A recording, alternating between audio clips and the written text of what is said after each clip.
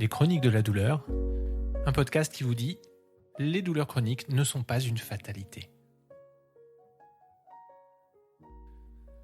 Avez-vous été contaminé par une douleur chronique ? Nous avons du mal à l'accepter, mais des réactions corporelles à des événements mentaux sont courantes. Elles peuvent même causer des douleurs intenses. Souvent, nous refusons ce lien corps-esprit chez nous, comme chez les autres, et attribuons systématiquement des problèmes physiques à des causes physiques. Cependant, l'origine psychologique des douleurs chroniques est un fait bien réel et documenté. Et vous savez quoi ? Vous avez peut-être été contaminé par une douleur chronique. Voyons cela. Commençons par un petit historique. Les cas caricaturaux sont assez nombreux dans l'histoire. Au XVIIe et au XVIIIe siècle, il était courant que la réaction à un stress important se traduise par la paralysie d'un membre. C'était d'ailleurs médicalement accepté, reconnu comme une affection courante et donc socialement reconnu. Dans un tel cas, on parle aujourd'hui de troubles de conversion. Plus proche de nous, au début du siècle, un médecin rapportait qu'une religieuse ayant quitté le couvent pour se marier secrètement, alors qu'elle s'apprêtait à rédiger une lettre pour informer ses parents, se trouva dans l'impossibilité de bouger son bras. Voulant se confesser, elle devint muette. Bien qu'elle ne présente aucun signe de détresse émotionnelle, son subconscient avait agi pour l'empêcher de révéler ce secret. Plus tard, la médecine découvrit les réflexes tendineux profonds. Vous savez, le petit marteau qu'utilise le médecin sur votre genou et qui tend votre jambe par réflexe. Ce test permet de discriminer rapidement une paralysie pathologique d'une paralysie psychologique. Dès l'apparition de ce test, les troubles de conversion ont fondu comme neige au soleil. Lorsque les médecins et nous-mêmes considérons qu'une affection médicale est d'origine psychologique, elle est moins susceptible de se produire.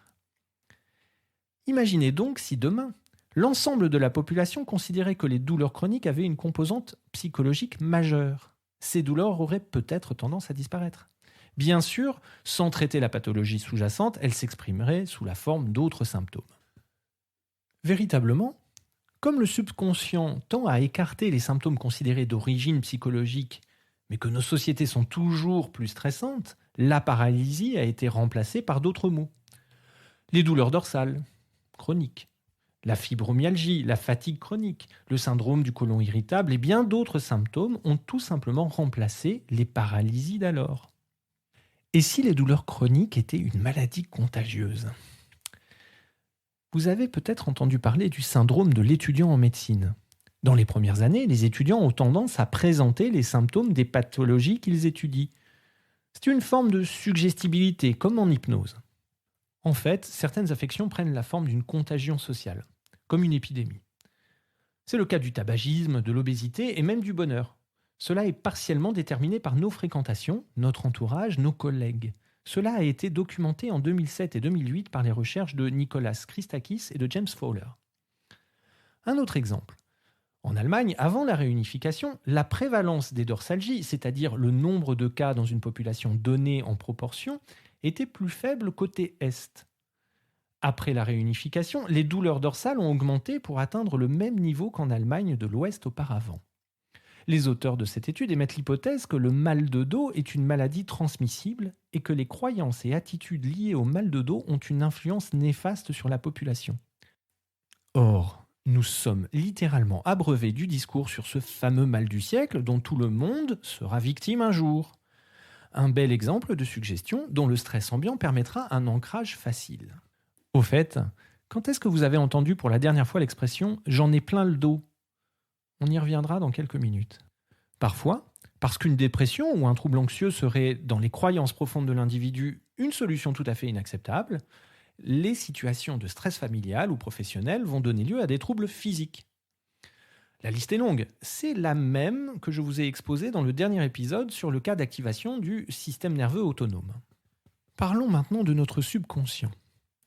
On estime qu'environ 95% de nos pensées, sentiments et souvenirs résident dans le subconscient. Une étude de 2002. Le traitement de l'information consciente est absolument ridicule en regard de la quantité d'informations que notre cerveau traite chaque seconde. on parle d'une moyenne de 11 millions d'items pour l'inconscient contre 40 pour notre champ de conscience. Nos routines quotidiennes, nos savoir-faire sont si complexes que nous les exécutons sans même y penser. Toutes ces actions sont produites par des schémas neurologiques appris dans la partie subconsciente du cerveau. Conduire une voiture demande un apprentissage complexe, par exemple. Mais je suis sûr qu'avec l'expérience, vous ne pensez plus à la complexité de vos passages de vitesse. Nous prenons souvent conscience de la complexité de ces choses lorsque nous devons les transmettre, les enseigner. Même la question de nos choix vestimentaires ou culinaires est fondamentalement régie par l'inconscient. Parfois, nous sommes influencés par des messages subliminaux, des messages si courts que nous n'avons pas le temps de les percevoir consciemment. Si vous êtes intéressé par les découvertes sur la façon dont notre pensée consciente n'est en fait qu'une toute petite partie de nos choix, je vous conseille la lecture passionnante des livres d'Antonio Damasio, un neuroscientifique exceptionnel. Mettons cela en relation avec nos réactions au stress. Dans l'épisode précédent, je vous parlais déjà de notre mémoire émotionnelle. Celle-ci se construit au gré de l'expérience dès l'enfance. Lorsque nous sommes exposés à certains événements stressants, les souvenirs émotionnels associés à ces événements sont stockés dans l'amygdale, l'hippocampe et d'autres structures cérébrales profondes. Lors d'une blessure ou d'un accident, notre corps se protège en activant les mécanismes de danger ou d'alarme, dont la douleur fait partie. Mais un stress social peut aussi déclencher le même mécanisme et des réactions émotionnelles associées. Souvent, nous ne prenons conscience de ces émotions que par les conséquences physiques associées, comme des tremblements, une sudation excessive ou des palpitations. Nous pouvons ainsi réagir rapidement au danger en fuyant, en luttant, en nous figeant avant même d'avoir pris conscience de la situation. Car il faut moitié moins de temps pour que l'amygdale envoie des signaux que pour la partie consciente du cerveau ne les reçoive. Notre corps peut donc réagir généralement à des déclencheurs émotionnels avant même que nous en soyons conscients. Il a été démontré que l'amygdale réagit à des stimuli visuels présentés à un niveau subconscient et que ces stimuli peuvent provoquer des douleurs et d'autres réactions dans notre corps. Stockés à jamais dans notre cerveau, les souvenirs émotionnels peuvent déclencher des réactions physiques. Par exemple, un enfant qui aurait subi des traumatismes pendant des gardes de week-end uniquement pourra déclencher des symptômes uniquement à cette période de la semaine, arrivé à l'âge adulte. Tous ces mécanismes ont été forgés par l'évolution. À une période où l'homme devait fuir des dangers mortels quotidiennement, comme fuir un prédateur. Ce n'est heureusement plus le cas aujourd'hui, cependant, notre cerveau continue à scruter en permanence notre environnement à la recherche de tout signe de danger. Et lorsque nous vivons des situations de stress importantes, qui nous rappellent quelque chose qui a provoqué de la peur, de la colère ou de la culpabilité, plus tôt dans notre vie, notre esprit les interprète comme des dangers. Il n'est plus nécessaire que le danger soit mortel dans nos sociétés modernes, mais que nous accordions consciemment ou non une importance particulière à une situation. À un moindre niveau, le stress d'un examen ou d'un entretien d'embauche déclenche chez nous des symptômes physiques. Ils sont différents pour chacun d'entre nous. Mais ces mécanismes ont toujours leur utilité. Bien souvent, notre subconscient tente de nous prévenir de quelque chose de nuisible. Mais le corps ne nous parle pas avec des mots. Il nous parle avec des symptômes. Et souvent avec de la douleur. Ou au moins une tension. Et si vous ne l'écoutez pas, il ne va plus se contenter de parler, il va crier pour donner l'alerte. J'en ai plein le dos. Tiens donc. Savez-vous que la recherche a montré qu'un des facteurs de réussite d'une opération du dos est la satisfaction au travail ? En fait, les douleurs dorsales apparaissent le plus souvent chez les personnes qui rencontrent de graves difficultés dans leur travail, mais qui ne peuvent pas le quitter. On peut poser comme hypothèse que leur subconscient essaiera souvent de les protéger en provoquant des douleurs pour les sortir de cette situation pénible. Idem pour la fibromyalgie, dont il a été démontré que les conditions de travail délétères, notamment avec des primates professionnels, étaient un facteur de risque supplémentaire. La variété des symptômes dits psychophysiques est importante. Cependant, le subconscient a tendance à produire ou à reproduire ce qu'il a perçu de notre environnement. Dès lors, si vous avez grandi dans une famille dont les parents sont sujets à des migraines fréquentes, c'est un mode d'alerte qui pourra être privilégié. Idem pour les douleurs dorsales ou abdominales. Il ne s'agit pas d'hérédité, particulièrement si aucun test clinique n'est concluant, mais d'un mode de reproduction familiale comme une contagion, encore une fois. À vrai dire, vous pouvez prendre toutes les expressions du langage commun et faire un lien avec des douleurs induites par le subconscient. J'en ai plein le dos, faire le dos rond, faire le gros dos, j'en ai plein le cul. C'est un vrai casse-tête. Celle-là, je ne l'avale pas. Je l'ai en travers de la gorge. Cette personne m'étouffe. Ça fait mal au cœur. C'est une épine dans le pied. Toutes ces expressions désignent des situations à forte connotation émotionnelle, de colère, de tristesse, de frustration, que sais-je, par des symptômes physiques. Par ailleurs, les émotions sont plus susceptibles de provoquer des réactions dans notre corps lorsque nous ne sommes pas conscients qu'elles nous influencent. Étude de 1996. Prendre conscience de nos émotions, comme je vous le proposais dans un épisode précédent, est donc un moyen de limiter leur influence sur nous et sur nos douleurs. Cela fait maintenant 200 ans que le subconscient et son rôle a été découvert. Notamment que l'on sait que les expériences de l'enfance ont des effets puissants sur la personnalité et les relations sociales ultérieures. Que nous ne sommes pas conscients de la plupart de nos pensées et de nos émotions. Que nous avons souvent des sentiments contradictoires qui se manifestent en même temps à l'égard de certaines personnes ou situations. Que nous agissons et réagissons souvent aux personnes et aux situations par le biais de mécanismes subconscients. Cependant, il a fallu attendre l'avancée des neurosciences pour confirmer que le subconscient est le principal moteur de presque tout ce que nous faisons au quotidien. Notamment, le subconscient est à l'origine des symptômes physiques et psychologiques légers et réguliers chez la plupart d'entre nous. Et il peut être à l'origine de douleurs chroniques et graves et de symptômes débilitants chez certains d'entre nous. Nous sommes finalement le résultat quotidien de nos conflits internes entre l'enfant interne, que Freud a dénommé le ça, la partie de l'esprit qui est égoïste, avide et qui ne se préoccupe que de ses besoins, ses désirs et du bonheur immédiat. Un parent interne, qu'il a nommé le surmoi, qui veut être bon, obéir, être aimé et faire ce qu'il doit être fait. Et un adulte interne, l'ego, la partie de l'esprit qui gère les conflits entre les désirs de l'enfant interne et les obligations du parent interne. Dans le cadre des douleurs chroniques, l'impact des blessures de l'enfance est important. Tout enfant, même s'il n'a pas été maltraité, est blessé d'une manière ou d'une autre. Par des critiques parentales, par des moqueries à l'école, simplement en assistant à des disputes parentales, ou à l'absence d'amour inconditionnel, par exemple. Et ces blessures forgent la sensibilité de notre système nerveux autonome à l'âge adulte.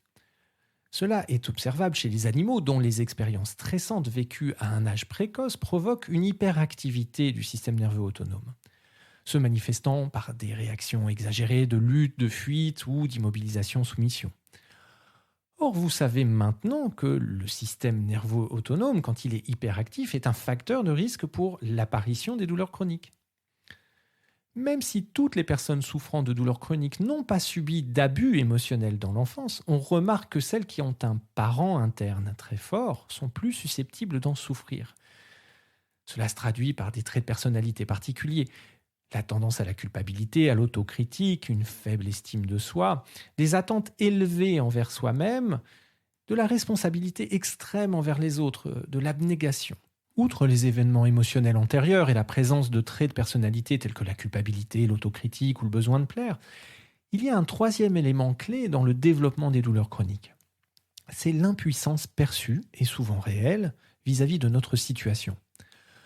La plupart du temps, lorsque les symptômes psychophysiques apparaissent, comme les douleurs chroniques, nous avons le sentiment d'être pris au piège d'une manière ou d'une autre. Comme dans l'exemple précédent d'un travail ignoble que nous ne pouvons quitter. Cela peut apparaître aussi quand on se sent piégé dans une relation, comme un mariage. Et moins nous avons la possibilité de nous confier à un ami ou un proche sur notre mal-être, plus les symptômes physiques ont tendance à se manifester. C'est parfois culturel, vous savez, on ne parle pas de ces choses-là. Avant de passer à l'action, résumons cet épisode en quelques phrases. Notre esprit peut créer des douleurs ou des symptômes physiques en lien avec un stress, une situation émotionnellement intenable. Les déclencheurs de ces symptômes peuvent être tout à fait inconscients et liés à une mémoire émotionnelle profonde, liée à des blessures de l'enfance. Ces symptômes sont souvent les symptômes acceptables dans notre environnement socio-culturel, familial, des symptômes qui, créés par notre subconscient dans ce contexte, tendent à ne pas évoquer les origines psychologiques de la douleur. Si nous ne pouvons ressentir les choses ou les exprimer, ou si cette situation ne peut pas être évacuée, les symptômes, au départ légers, vont tout simplement s'amplifier. Plus notre parent interne est fort, plus ces symptômes ont de chances d'apparaître et de perdurer en l'absence de prise en charge. Passons donc à l'action. Le paradoxe est donc que nous devons parfois intégrer en conscience que nos maux persistants ont bien une origine psychologique, alors même que notre subconscient utilise ce subterfuge pour nous alerter d'un problème ou d'un danger sous la forme de symptômes que nous ne croyons pas d'origine psychologique. Ici, la première étape pour notre stratégie de lutte contre les douleurs chroniques est déjà de changer notre regard sur nos douleurs. Plus nous aurons conscience de la composante psychologique de cette douleur, plus nous aurons de chances de supprimer nos douleurs chroniques. Et quels que soient les exercices que vous allez pratiquer dans votre plan de lutte, votre confiance dans vos résultats est presque un préalable. Rappelez-vous ce dont nous parlions dans le dernier épisode, chaque douleur a 3 composantes, sensorielles, cognitives et affectives. Ce que vous pensez et ce que vous ressentez de vos douleurs a un impact sur la fréquence et l'intensité de ces douleurs. Évidemment, vous n'accéderez probablement qu'à la partie consciente du problème. Pour la partie inconsciente, il ne serait pas judicieux de prétendre vous donner une solution facile via un podcast. Vous pouvez vous rapprocher d'un professionnel de santé à ce sujet. Vous pouvez me contacter dans le cadre d'un plan d'accompagnement dans lequel je vous aiderai à mieux chercher des causes psychologiques sous-jacentes à vos douleurs. C'est un axe parmi d'autres, mais il doit être exploré, avec des outils appropriés. En l'occurrence, le risque de mal s'y prendre en trifouillant l'inconscient n'est pas une chose à prendre à la légère. Je ne vous conseillerais donc pas de vous lancer dans une forme de psychothérapie express sans la moindre supervision. Ça ne serait tout simplement pas intègre de ma part. Rappelez-vous enfin que les causes et les déclencheurs de vos douleurs sont multifactoriels. Les émotions, les relations, le sommeil, les croyances que nous avons sur nos douleurs, les modalités d'enclenchement du système nerveux autonome et son inhibition, le bon dosage des antalgiques ou des antidépresseurs. C'est une des raisons pour lesquelles les équipes de soins en addictologie avec lesquelles je travaille sont pluridisciplinaires. Il en va de même pour la question des douleurs chroniques. Tous ces axes et d'autres encore que je vous présenterai sont à prendre en compte, à explorer, de façon à mettre toutes les chances de votre côté pour faire disparaître vos symptômes d'une part, mais aussi d'adresser la pathologie sous-jacente. C'est tout pour cet épisode. J'espère que vous pourrez utiliser ces informations ou les exercices que je vous présente le plus tôt possible pour mettre en place une véritable stratégie de lutte contre vos douleurs chroniques. Pour ceux d'entre vous qui aimeraient échanger avec moi sur leur situation spécifique, qui veulent aller plus loin et démarrer un plan d'accompagnement, vous pouvez me retrouver via le site www.chroniquedeladouleur.fr. Maintenant, on lâche rien, on passe à l'action parce qu'il y a de la lumière au bout du tunnel. Et je vous dis à bientôt dans le prochain épisode du podcast.